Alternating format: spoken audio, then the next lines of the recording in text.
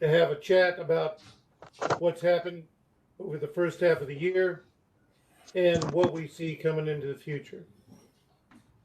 When Harold Macmillan was taking office as British Prime Minister in 1956, he was asked what would shape the course of his administration and history in general. And he famously and rather lazily replied, "Events, my boy, events." More recently, Forrest Gump said it more concisely and perhaps better. Shit happens. Both comments refer to the impact of outside, uncontrollable influences. It's also a reminder that it is not the uncontrollable influences that are important. It's how you respond to them that matters. Among the outside influences that have shaped the world we have to respond to are: one, Brexit, which was a harbinger of a deterioration of the economies of Western Europe. Two, the trade negotiations, embargoes, and tariff restrictions that have defined relations with China and very nearly the rest of the world. And of course, COVID-19, which has killed over 500 people in Australia, over 177,000 in the US, nearly 1 million people worldwide, and which has eradicated 30 to 45% of the gross domestic product of the developed nations over the past 4 months. What all this has done to us over the first half of this year is evident in the half-year results. Compared to the first half of last year, over $500 million was removed from revenues.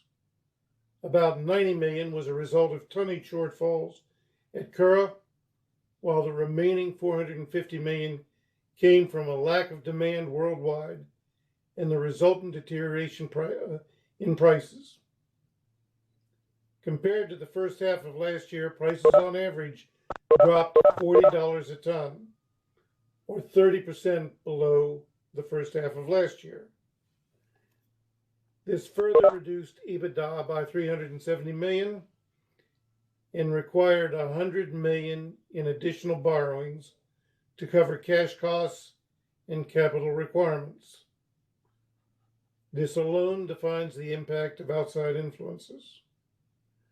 The best that can be said is that as bad as the market was for us, it was just as bad for every other producer. Now let's focus on some of the things done by Coronado in the face of this market deterioration. Led by Jim Campbell, with assistance from Emma and all operating and safety managers, Coronado introduced and managed a response to COVID-19, which has come to be recognized among public health professionals as best in class. It continues today and requires your continued participation and support. We have taken 40% out of our capital expenditures budget, which has required the postponement of the Curragh expansion and other projects, but to date has left intact capital required to sustain operations, to ramp up business if prices improve. We have continued the shaft sinking at Buchanan, a safety measure, and have continued to fund improvements at the Curragh plant, as well as other necessary maintenance expenditures. To date, we have not high-graded the properties. Coronado closed or cut back operations in the U.S. during April and May in response to COVID and the deteriorating markets, and sold out of inventories into principally the domestic market, a feature unique to U.S. operations. We obtained waivers from the providers of our existing debt to ensure the continued availability of that debt. we raised approximately 180 million on the equity markets to ensure that we have the debt capacity to ride out continued market turmoil. It has also ensured that Coronado is included in the index and its increased increased market liquidity. From an operations perspective, the first half of 2020 demonstrated conclusively the advantage of operations in both the US and Australia. Given the heartbreaking fatality in January at Curragh and production shortfalls due to weather and coal release, Australia generated 6 million in EBITDA, some 40 million shy of covering capital requirements and down from 271 million in the first half of 2019. Costs increased by $11 a ton as a result of the lower ROM production. In the US, Coronado had the flexibility to resize operations to serve only the domestic market, which enjoyed higher prices, which are fixed for the year.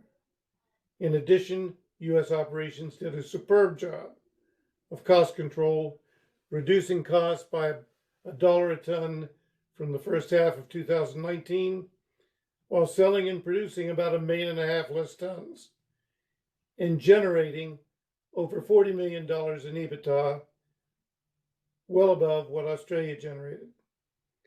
This does not happen without significant planning and discipline, and I want to thank management and employees for their contributions to this effort. I've said that bad markets belong to everyone. Success belongs to those who can respond best. More will be said about markets in a bit, but one thing is certain. Market opportunities will favor Australia in the near term, and how we take advantage of them will define the kind of company we want to be. Rick, I'm going to hand it over to you for comments on restrictions on the shares. Thank you, Jerry. The equity raise that Jerry just mentioned will give us some financial breathing room as we weather the current markets and the COVID-19 pandemic, but it comes with a price for our U.S. employees. The equity raise was done in Australia on the ASX and was not an offering registered with the U.S. Securities and Exchange Commission, otherwise known as the SEC. Under U.S. securities laws, we cannot offer or sell securities without registering the offering with the SEC unless we take advantage of an exemption from registration. In this case, our offering was done relying on one such exemption known as Regulation S. One of the requirements of Regulation S, unfortunately, is that we must be sure that U.S. residents are prohibited from buying our securities for a period of time. You may recall we ran into this rule when we did the IPO, and U.S. residents were prohibited from buying company securities for 12 months following the IPO. It is this same rule that we face now. But the good news is this time, since we are now a reporting company in the U.S., the restriction may be lifted in 6 months. The restriction applies only to purchases and does not limit your ability to sell CDIs you may already own. Please understand, this is not the company being discriminatory or purposely treating U.S. employees differently from our Australian employees. This is a requirement of U.S. law. Basically, the U.S. securities laws look to protect investors from questionable investments by requiring the securities to be registered with the SEC, so the SEC can review the offering to make sure the offering is everything it purports to be. The SEC's logic in this case is that it can protect U.S. investors by preventing them from buying securities on the ASX for a period of time since the offering was not reviewed by the SEC. Our Australian employees may purchase CDIs on the ASX. However, all purchases or sales of company CDIs must be done in accordance with the company's securities trading policy. That policy can be found on our webpage. Generally, that policy does three things. First, the policy prohibits any employee from trading in a company's CDIs if at the time of the trade they know some material information about the company that has not been publicly disclosed. Second, the policy also restricts directors and salaried employees from trading during a blackout period. Blackout periods generally start on the 15th day of the last month of each calendar quarter and usually end the second trading day following the company's release of financial information. You will get an email from me when a blackout period begins, another one when it ends. Last week, you got an email from me that currently the blackout period has ended and is scheduled to resume again on September 15th. Third, the policy requires directors, the CEO and his direct reports, and anyone who has been told they are considered a restricted person, clear any proposed trades with me before the trade is made. Thus, our Australian employees may now buy or sell company CDIs on the ASX unless they possess some material non-public information, which none of them should at this point. Australian directors and salaried employees must limit their trades to a time that is not a blackout period. Currently, we are not in a blackout period, and Australian directors and salaried employees are free to trade. The blackout period is scheduled to go back into effect on September 15th. Restricted persons must call or email me for my approval before they make a trade. Unfortunately, U.S. employees may not purchase CDIs on the ASX at this time, but they may sell CDIs so long as they follow the securities trading policy. Please let me know if you have any questions. With that, I'll turn it over to Jim.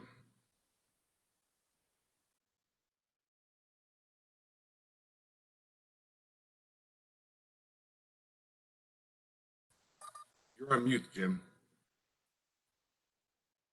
Good morning or good afternoon, depending on where you are. It's been a really, really difficult 6 months. It's the toughest 6 months that I've seen in my 40 years of being in this business. What I am pleased about is how everybody has responded. And before I make the comments that I want to make, I want to take opportunity to thank everybody for the efforts. Your efforts have been great. We have come, we're not all the way through this, but we're a long ways through the pandemic and our issues.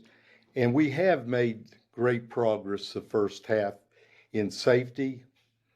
And we've looked at ways to cut costs, and there's a lot of initiatives in place right now to reduce our costs for our company to be more competitive.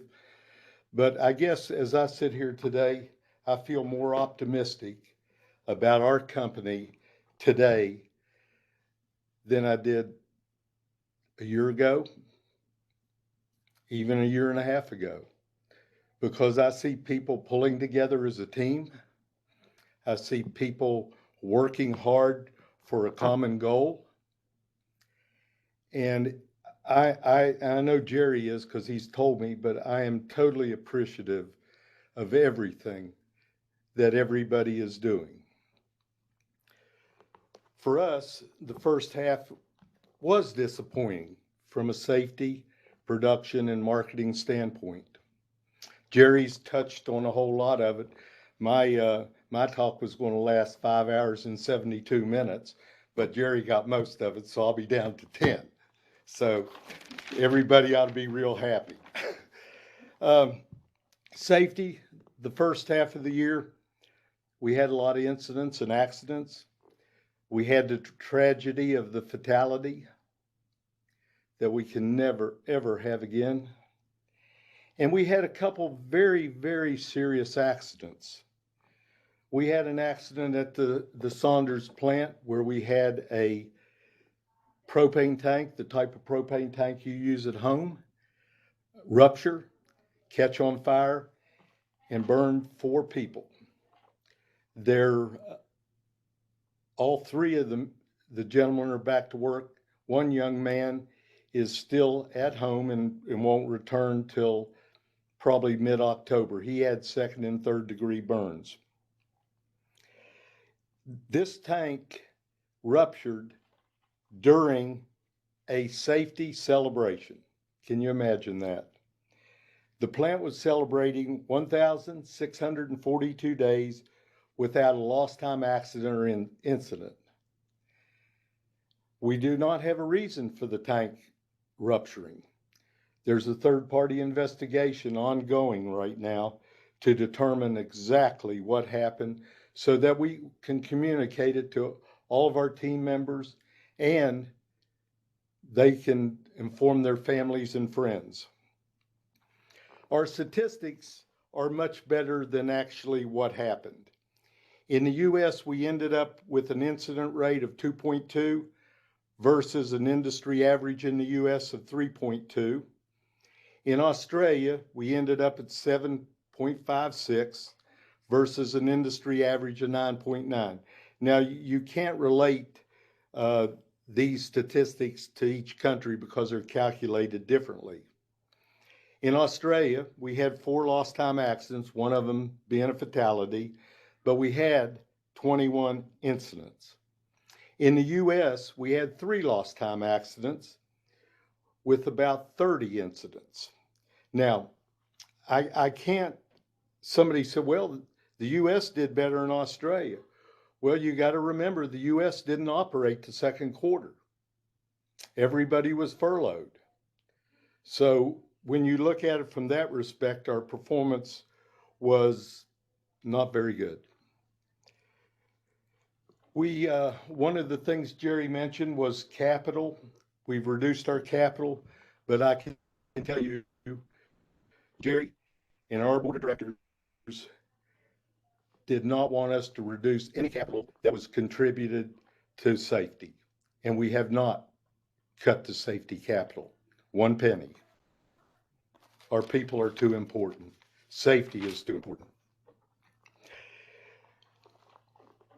Based on our performance the first half, management and the workforce has taken a lot of steps to be proactive. And I want to mention a few of them to you, and this is only a partial list, and it's across the whole company, both Australia and the US. We have increased the quantity and quality of our safety interactions.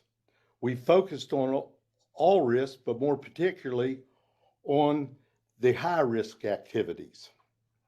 We did an external review of contractor management processes and systems at Curragh. We've looked at how we manage contractor safety, and we've made changes to improve things.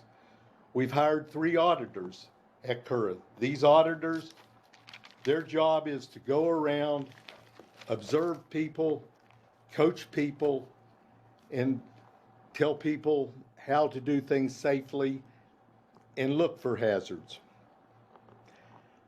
We have requested, received, and implemented a safety improvement plan from both Teast and Golding.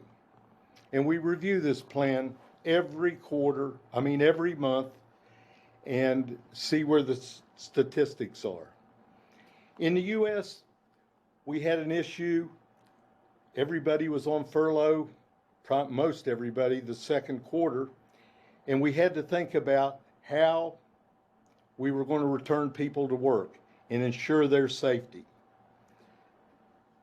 A complete detailed refresher course was put together by the safety department and has been implemented, and I can tell you it's been very successful. The second issue we faced was COVID-19. Jerry mentioned that people have complimented us on our response, but I give a lot of our response to 2 people leading us, and that's Emma Pollard and Jack Pauley. Both of these people have done an exceptional job in leading our company through this pandemic. Exceptional. And I can't tell you from my part how proud I am of the detail and the hard work that went into keeping everybody, all of our coworkers and team members safe. And it's really paid a lot of dividends. In the US, We have had 6 cases to date. There has been no community spread at the mines. Most of the people were stopped at the gates. Most people have informed us prior to coming to work, and our system and our protocol is working very well. The steering committees, led by Emma and Jack Pauley, put together a 3-prong attack. Education, to keep everybody informed of and updated on all the new guidelines that the Australian government's putting out, the World Health Organization putting out, and the CDC, the U.S. Center for Disease Control, puts out. The second was prevention. How do we prevent it? We put in a very stringent protocol where when people come to work, they're asked 4 questions, their temperatures are taken, and they are actually following through. The good thing that's happened to us, everybody is on board, everybody is cooperating, and I think that we're just doing an excellent job. Last but not least of this 3-prong attack was the response side. And we have had a chance here in the U.S. to test our protocol, and I'm happy to report to you it worked very, very well, from contact tracing through sanitization and hygiene. I want to briefly give you 4 or 5 things that has been done by the steering committees, and I want you to know this is just a small sample of all the things that has been done over the last 3 or 4 months. As I said, the steering committee developed a 3 protocol, the 3-prong attack. We put a strict hygiene and sanitation requirement in place. It wasn't just an overall sanitation hygiene, it was tailored to each operation, each mine, whether it be surface or underground, to the camps, and a whole lot of detail went into it. There was great communication sharing between Australia and the U.S. and the U.S. and Australia, and that was one of the things that impressed me the most. How activities, how we were educating each other. The education program was started, as I said, and we kept and are keeping people up to the latest guidelines. Social distancing was implemented, and that was probably one of the most difficult things that was dealt with. Think about what happens on your job every day. You have meetings, everybody communicates, everybody looks and sees what's happened. We have safety meetings, and we had to change a lot of the things that we were doing in order to continue to have this high level of communication. And as an example, at one of the deep mines over here, on days that it's not raining, we changed the shift starting times, and everybody stands outside in social distances for the safety meeting. So a lot of excellent work was done by the steering committees and everybody associated in the Coronado family. One of the things that did happen was we had to idle the U.S. operations because of the COVID issue and because of demand. As I said, and I'll talk more about that in a few minutes, we have made a lot of improvements through the pandemic. We're a closer-knit group. We're communicating better. We are making improvements in safety across the company, and you can see it in our statistics.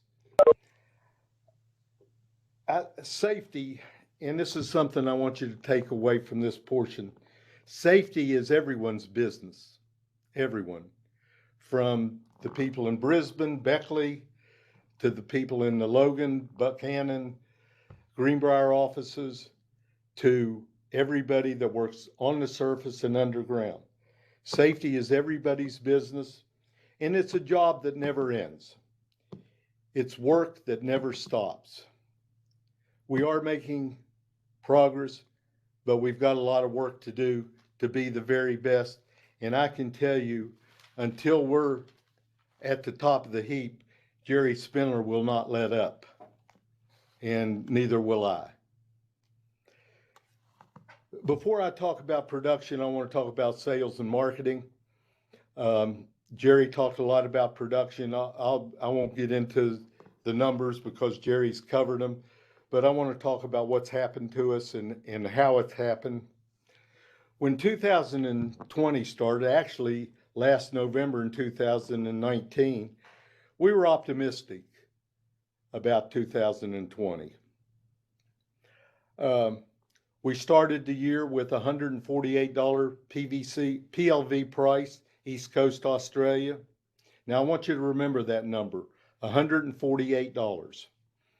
Demand was robust at that period, and we thought the year would be fairly solid. We knew we had challenges, but being the team we are, I had all the faith in the world that we would get over those challenges and actually improve by having the challenges.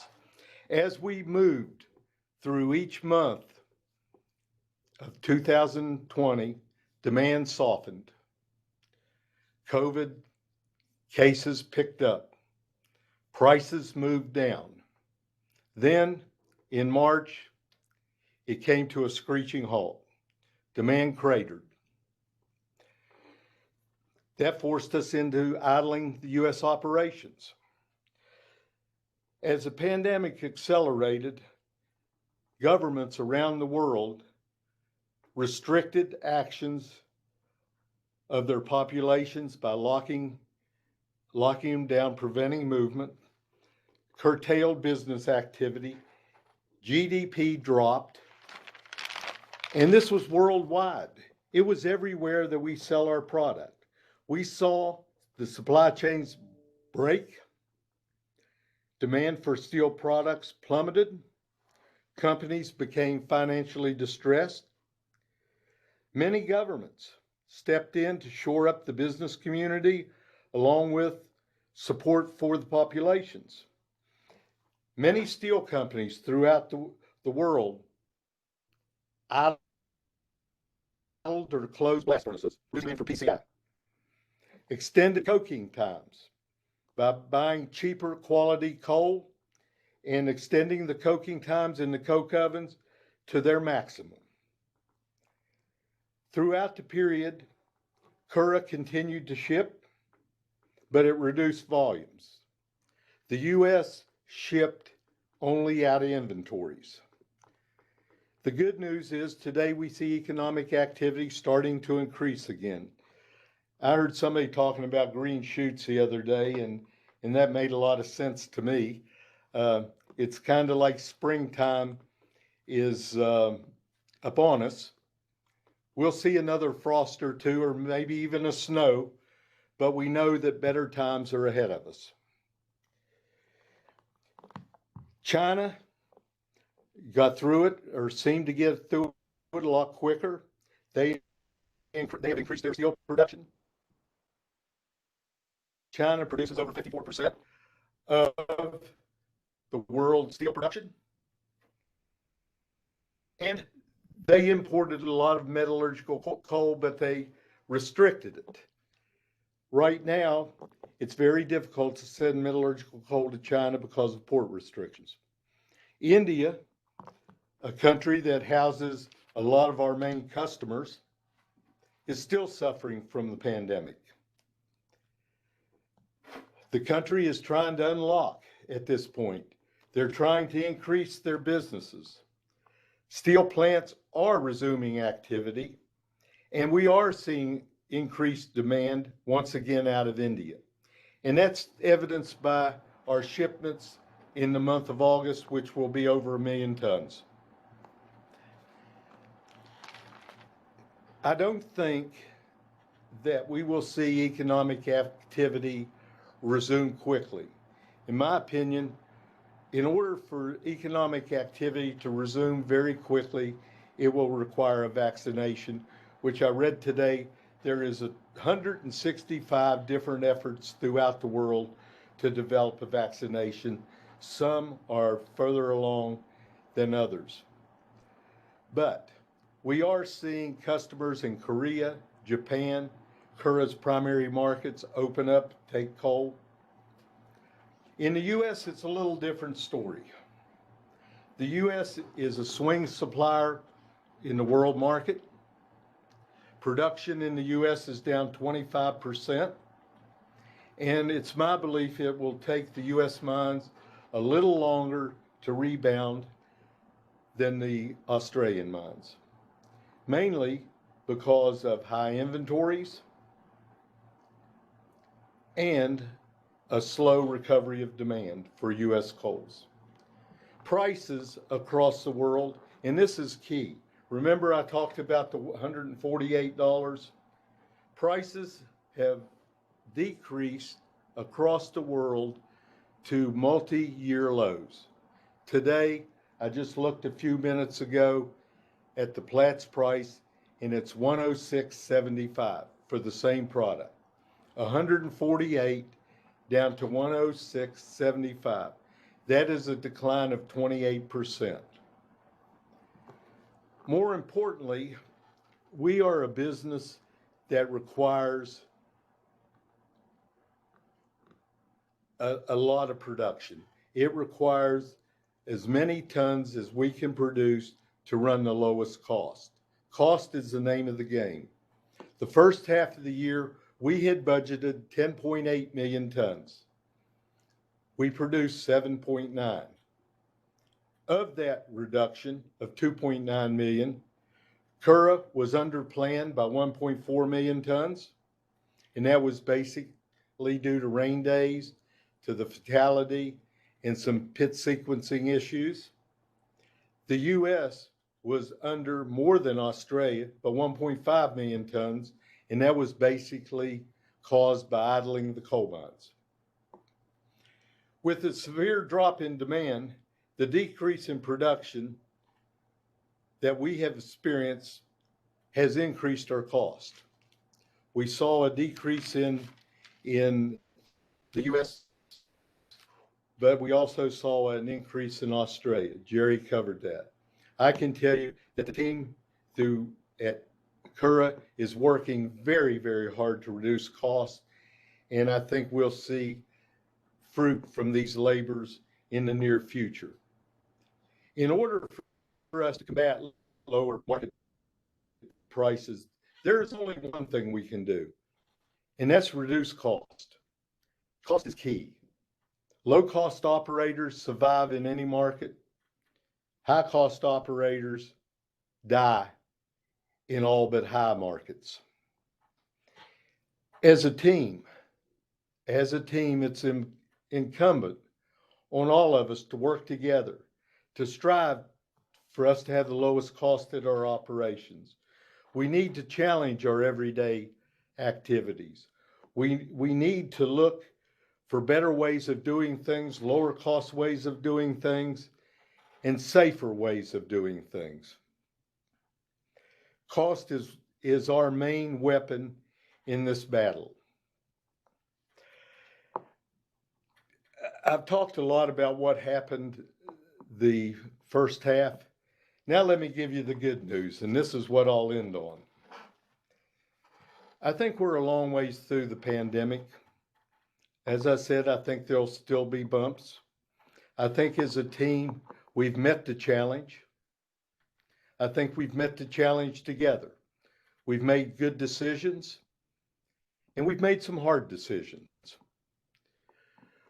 We are poised to take advantage of any increase in production. The U.S. can be back to full production within 5 to 10 days, which we will take advantage of. The market is now reopening, and I think it will reopen with starts and fits, but needless to say, I think it's on the upward trend.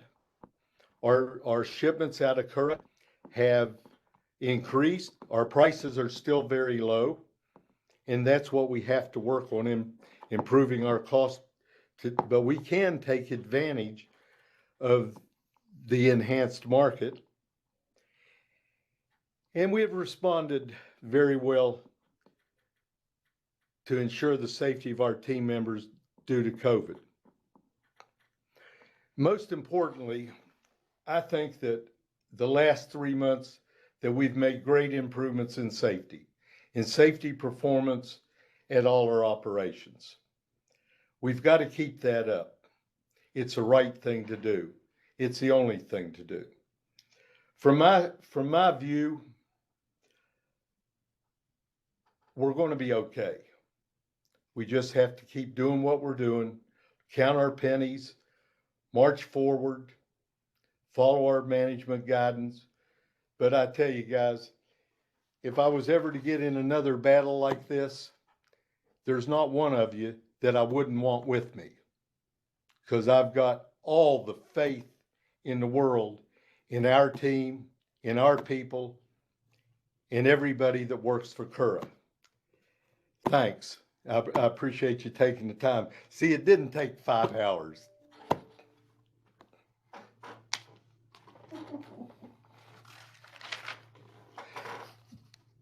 Gerhard, I think you're up next. Good morning, everybody. This is my first town hall with Coronado, and I look forward to seeing you. And I actually do on WebEx. That's pretty cool. So I remember that in my first week with the company about 5 weeks ago, I wanted to go straight to Curragh to see our operations. But then I got consumed by negotiations with our bank lender group on the waiver discussion, which was quite an interesting, intense exercise. After we have accomplished that, we then had to prepare for the equity raise, which we, if I can say that, successfully completed last week. And hey, I think that's important. That $180 million that from the equity raise that Jerry mentioned went all against reducing debt. It's important to highlight here, we are not flush with cash at all. And of course, selling shares at lowest prices in a bottom market is not anything you normally want to do, but we had to do it, and it helped us cleaning up our balance sheet. And what it does, it really buys us time to further clean up our costs. And I'll refer back to what Jim said. At this stage, we are a loss-making business that needs all of our your help. In July, we delivered a negative EBITDA of $3.5 million alone, of which Curragh is about $2.9 million. Our cash loss is way higher. This means we have to bring our costs down, and we have to do that quite fast with maintaining and improving our good safety performance in mind. Last week, Tuesday and Wednesday, I finally had the pleasure to go to Curragh, and I must say I totally enjoyed the trip. I've met good people, and an operation that basically looks really good. I have met our contractors, discussed their and our safety performance, and I think operationally and safety-wise, we are in a good shape. I attended Jim's monthly performance review with the Curragh leadership team, and really enjoyed the dynamics of Jim's scrutiny. We need you all to challenge every dollar we spend. That is very clear. The budgeting process has started, and we need you all to help us pulling a budget together that will help us generating positive cash flows, which at the moment we don't have. So my first impressions might be a little bit sobering for some, but I really look forward to tackling this challenge with all of you. Most of us have seen times like this before, so I think we know what we have to do. The silver lining is, but we should not wait for it, and Jim highlighted it. The silver lining is that we are seeing green shoots in various markets that indicate a better price at the end of this year and early next year. This will support our cost-cutting efforts. So it will be an interesting few months ahead of us, and I look forward to engaging with all of you and your teams over that period. Jerry, back to you.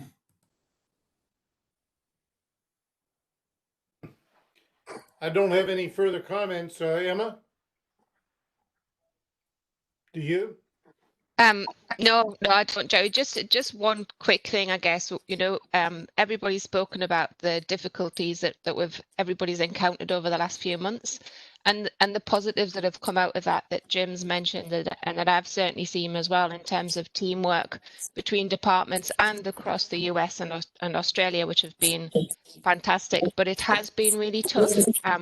And I just wanted to take the opportunity to remind everyone that we have to look after ourselves and we have to look after each other. There are resources available in Australia and in the US. People who need some help, who could do with some support. So I encourage everyone to reach out if you need to, and also just check in with your colleagues, make sure that people are doing okay. It's not over. We've got some light at the end of the tunnel and we're in really good shape to take advantage of that. But just a quick reminder to check in on yourself and on other people and make sure that we're doing okay. That's it. Well said. Are there any questions?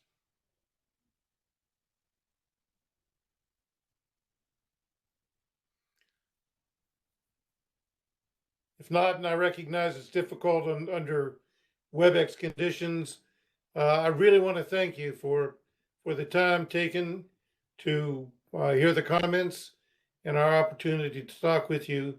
And please, if anything comes up and there are questions, let us know. And again, I'll echo Jim's comments. I can't think of any operation I've ever been with that I would rather be with more, particularly in tough times like this. Thank you so much. Thanks, everyone. Thank you. Thanks.